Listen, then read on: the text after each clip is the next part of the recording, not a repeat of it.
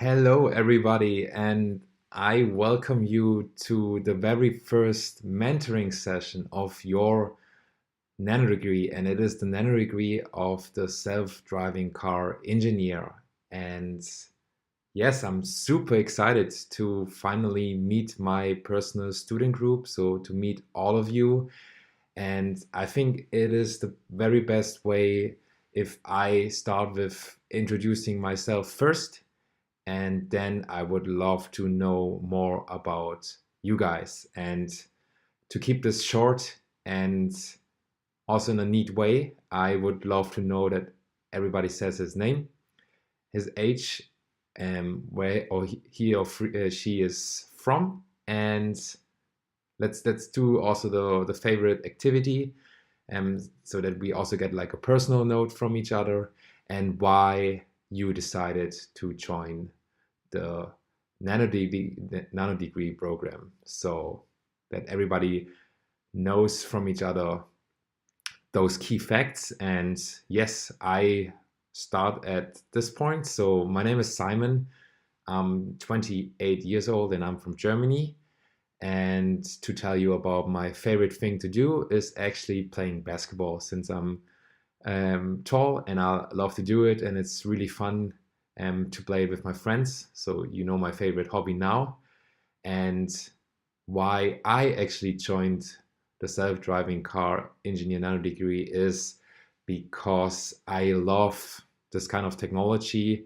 I studied electrical engineering, and I'm super excited about this task that a robot or a vehicle like a car can drive on its own. And it's my favorite passion to be part of this whole evolution and development of it. So I saw the nano degree of Udacity, and then I already knew that I need to have a deeper look into it and to start it to learn more about it, because all the technology involved in such a great application is like fascinating me, and it's super exciting for me. So now that I introduced myself, I would love to know from each of you who you are, how old are you? You can tell that.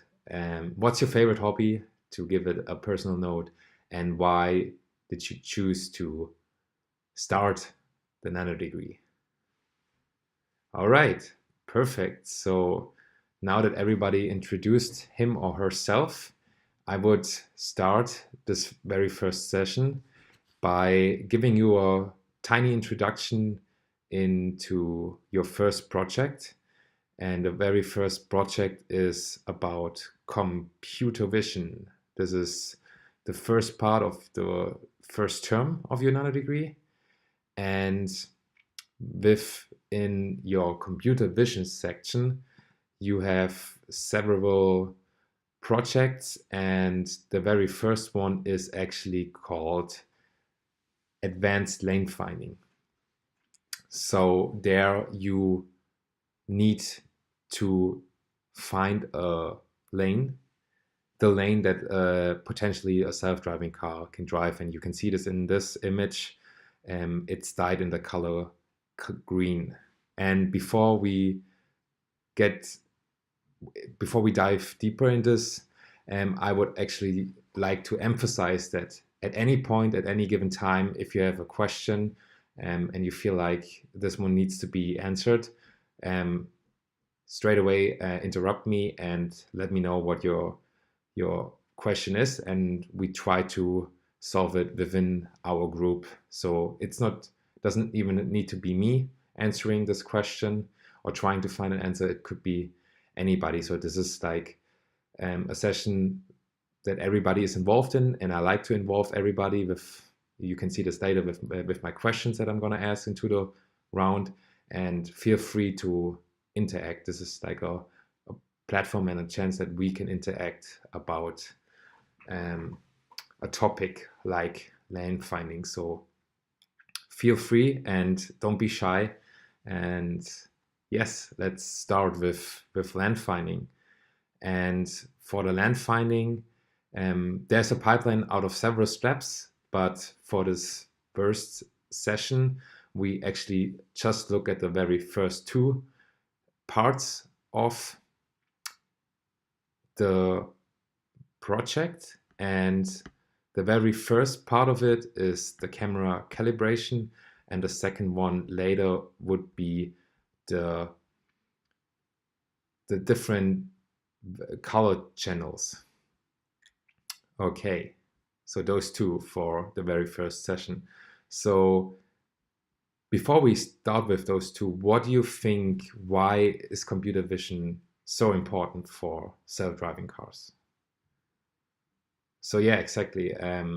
Computer vision is actually the task of trying to get information out of an image, and the image comes from a camera. Like, we all have smartphones and we can capture camera images, and so a self-driving car does the same thing. And why do you think like a camera is such a good sensor for a self-driving car? Yes, so there are multiple advantages of a camera. First thing is that the sensor is pretty cheap compared to a radar and a LiDAR. And second is that it's also really intuitive, because the way we see with our own eyes is really related to a camera image. And so this makes it intuitive, cheap, and it has a lot of information in this camera image. And the very first part, as I mentioned, is called camera calibration. So can anybody relate to this noun? Like, has anybody a feeling of why we need it and what it actually contains? So yes, we need camera calibration because our camera that we mount at our self-driving car has its own criteria and attributes. So there are millions of cameras out there, and all of them have their each specific characteristics, and we need to know them to actually know what kind of an image the camera can capture. And a great way to illustrate what I mean is by looking at this picture. Here you can see a checkboard with black and white squares, and I can tell you that in reality, this printed paper is perfectly aligned with those squares.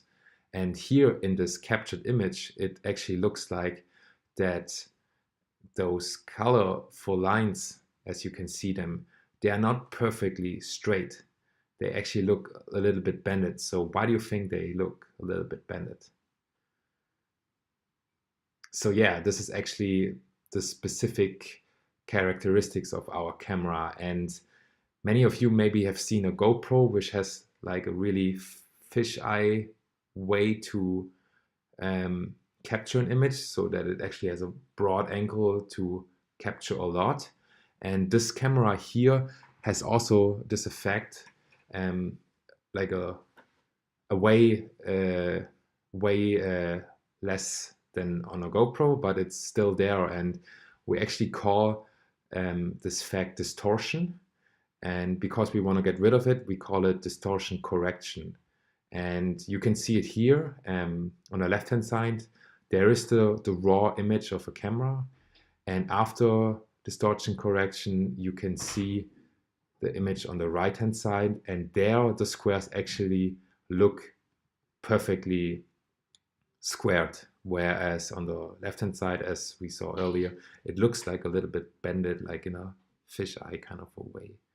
And so this is the first part of your project, and it's about calibrating the camera image. And the second part of it, and to actually see how it looks like for an image from a real scenario, here without distortion correction on the left, and then afterwards with distortion correction. And to see that there is a difference, you have to look at the edge of the image. So here on the left hand side, the white car is mostly captured, but after distortion correction, we only see, so we see less of it. But this step is needed to get like a clean image. And now with this image, we can actually further process. And if you think about how we can find the lane, how would you do it with your own eye?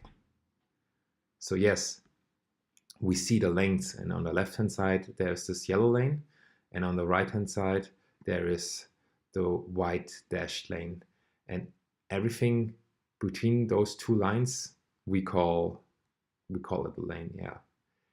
And how can you actually see what makes it clear for you or your eye, your perception, that this is a lane that a car can drive? What do you think? Okay, yeah, those are like multiple good things that I hear here. And first thing is it's the color. So the yellow line and the white dashed line. So we can use color. We can actually use shape. So a line is a shape, and because of this feature, we can say that between two lines we can find a lane. And yes, those are already good ways. And if we keep with the color here for a very short while, I would love to show you this one. Here's the original image. Then we have the red, green, and blue channel. And out of which of those channels we struggle to see the yellow line? And why do you think this is? This is a complicated question, so maybe let me help you with this one a little bit to give you an advice. The gray has the RGB value of 128, 128, and 128. And so maybe this helps you to find the answer. So yeah, it's obvious that it's the green channel, and the explanation is because the color yellow has the RGB value of 255, 128, and 0. And so within the green channel, there's almost no difference between gray and yellow because they have both the value 128, whereas in the red channel, it has the value 255 and gray 128. And blue is actually, so the color yellow has 0 blue containment, and whereas gray has a certain amount of it, and that's why we can also see a difference here. But in the green channel we can't, almost. So this should give you like a perspective on what channels are helping us to find the lines of a lane, sorry, and which channels may be not helping us. So this is really important to fully understand what information is helpful and what is not. And I hope this was a great example. And yes, we actually reached the limit of our session. And thanks for engaging with me. Thanks for having such a good discussions about this first project of lane findings. And once you encounter problems during developing your solution for this project, feel free to shoot me an email or a personal text so I can help you out with your struggles. And yes, I can wait to see you next time. Bye bye.